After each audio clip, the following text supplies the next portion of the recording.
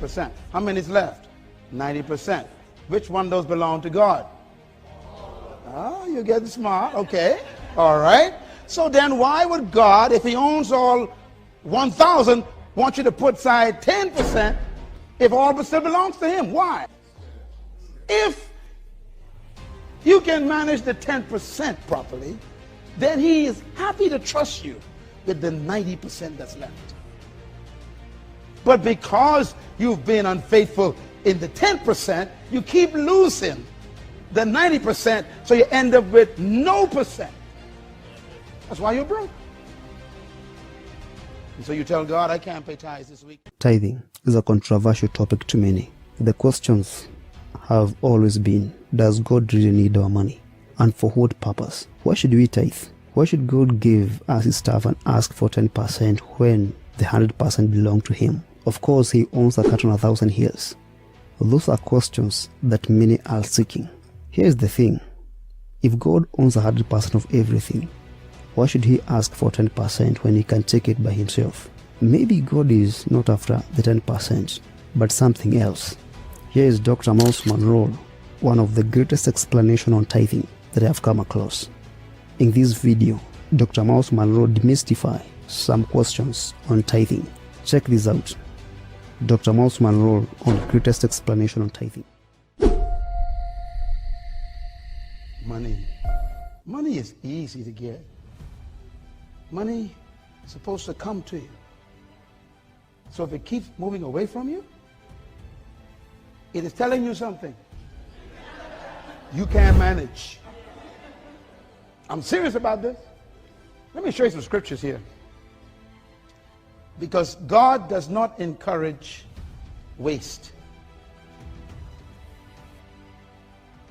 And that's God's problem with most of us. We don't manage. We waste things. I put it to you this way. The reason why God created tithing has nothing to do with giving God money. Can I say it again? Just for the CD purpose? Tithing has nothing to do with giving God money. God doesn't need nothing from you. You couldn't even give God nothing. Everything on the earth already belongs to God. He don't need nothing from us. So when God sets something up, it's not because he needs it.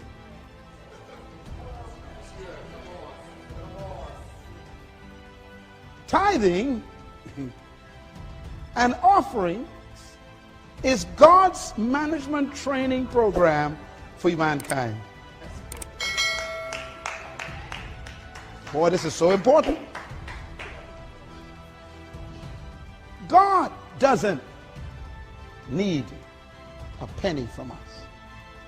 And yet he tells us 10% of everything is mine. We only think of money. And that's our problem. If you get 10 pairs of shoes, one of them ain't yours. If you get 10 dresses, one of them ain't yours. If you bought 10 oranges, one of them is not yours. If you got 24 hours in a day, 2 hours and 40 minutes don't belong to you. I ain't got no time to pray. What are you talking about? You got 2 hours and 40 minutes that don't belong to you. You're a thief every day when you don't use those 2 hours and 40 minutes for God's purposes. You are a thief. A tired thief. Sleeping on God's time. You spend 2 hours, 4 hours, 8 hours watching cable television and don't give God the 2 hours and 40 minutes that belong to him. 10%. You can't even manage 2 hours and 40 minutes.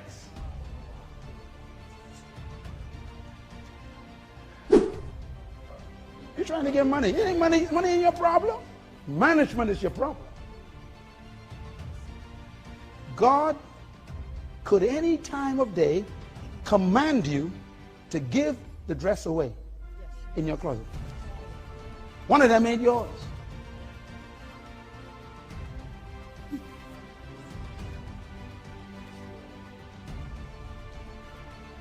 So tithing and offering is not about money. It's about management.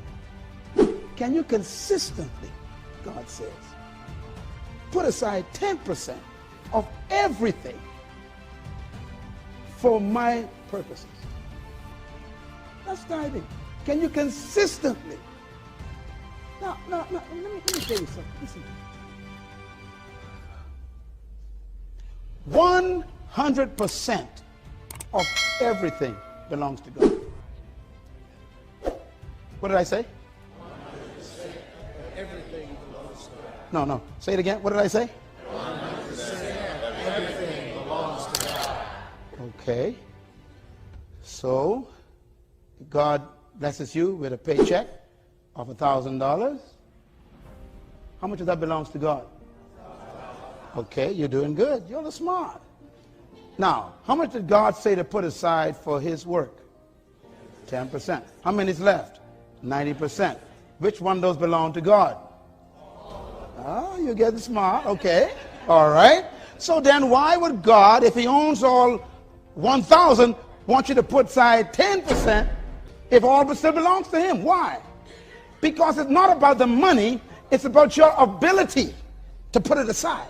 Your will, your control, your discipline to put it aside. He's after your discipline. Wow.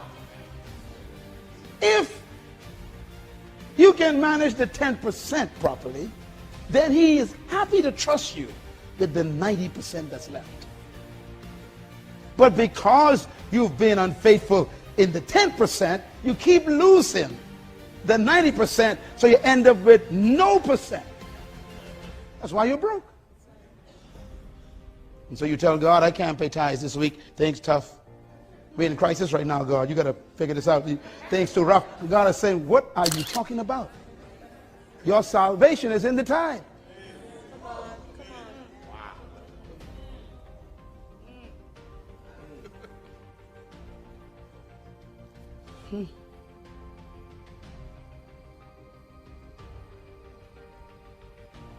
Let me take you one step further. This is what tithing does to you. Number one, what's the first word? Accountability. Write it down. Now, each one of these words is management.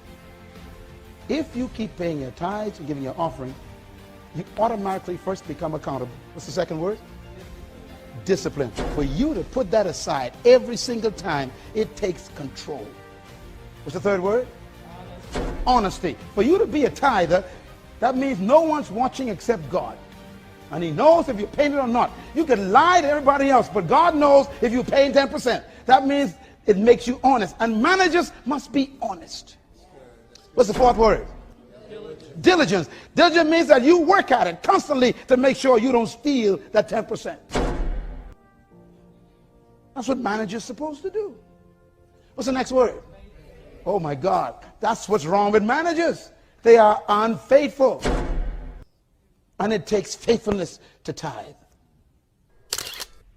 What's the last one? Trustworthiness. For you to manage a tithe, God got to trust you every time. I just gave you the characteristics of a manager. If this was helpful, kindly consider subscribing to this channel and be part of our online community. Thank you for watching. God bless you. Until next time, it's bye-bye for now.